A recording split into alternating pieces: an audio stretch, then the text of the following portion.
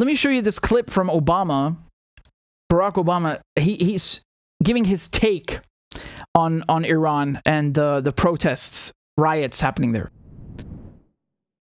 You know, when I think back to 2009, 2010, you guys will recall there was a big debate inside the White House about whether I should publicly affirm what was going on with the Green Movement, because a lot of the activists were being accused of being tools of the West, and there was some thought that we were somehow going to be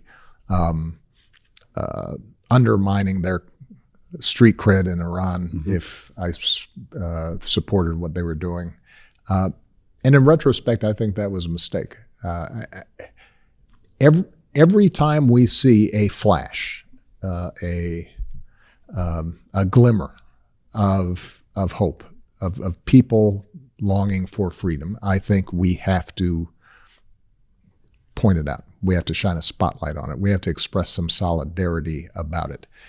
That doesn't mean, by the way, that the administration is that a U.S. administration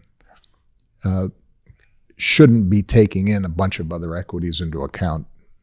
They have to. A president has to, right? So I continue to believe that the Iran nuclear deal was a really important thing for us to do to prevent Iran from getting a nuclear weapon. Had we not had that in place, I think Iran would have had a nuclear weapon by now. Well, look how well it's gone since we pulled out. Exactly, right? So you still have to make decisions, often very difficult, about are there places where you do business with a government that is repressive?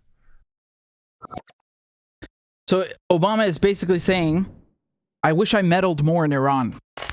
When he said the Green Movement, he's talking about these contested election results in 2009 in Iran. Now, of course, when we say contested by the West, right? Every time there's an election in Venezuela or Syria or, you know, any country that the United States despises, before the election even happens, they'll come and say, oh, that's a fake election, you know? We would know. We set a lot of them up.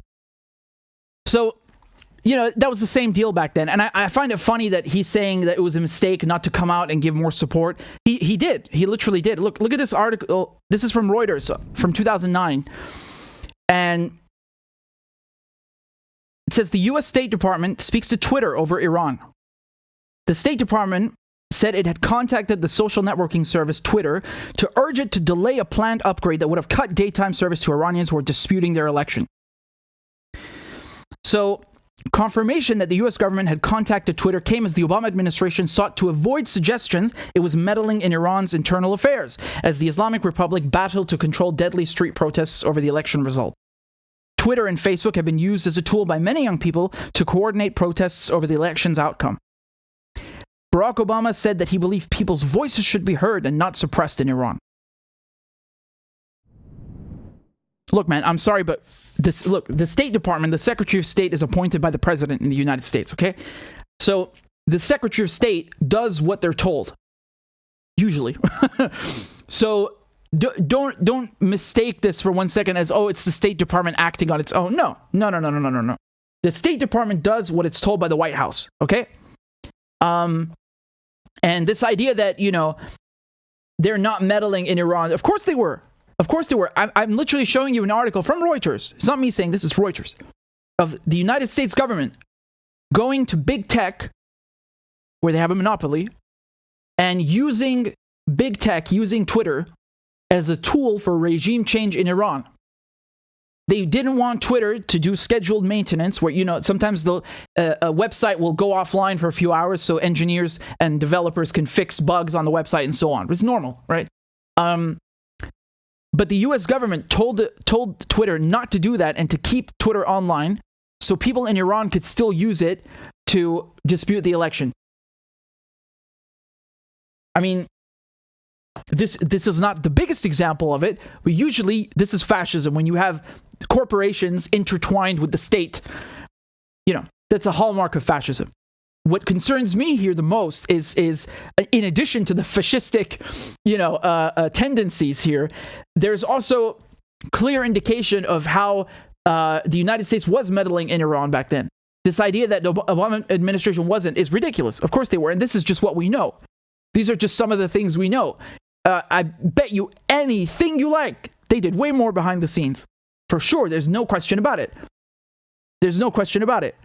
Don't think this is a game, man. There's people, it's literally their job to come in the morning and find ways to fuck with Iran and Syria and countries the U.S. is trying to regime change. It's their job. And they're good at it, right?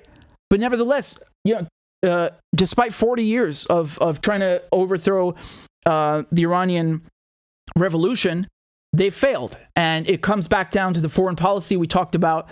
That's the real crux of the issue. And, Obama coming out now and saying, like, yeah, I should have done more to screw with Iran. I don't know. It's just so typical, right? They're all neocons at the end of the day. They're all neoconservatives. All of them. They don't change. You could take what Obama said here and remove the name, and I wouldn't know who said that. I wouldn't know if that's Blinken. I don't know if that's John Bolton. I have no clue because they all sound the same.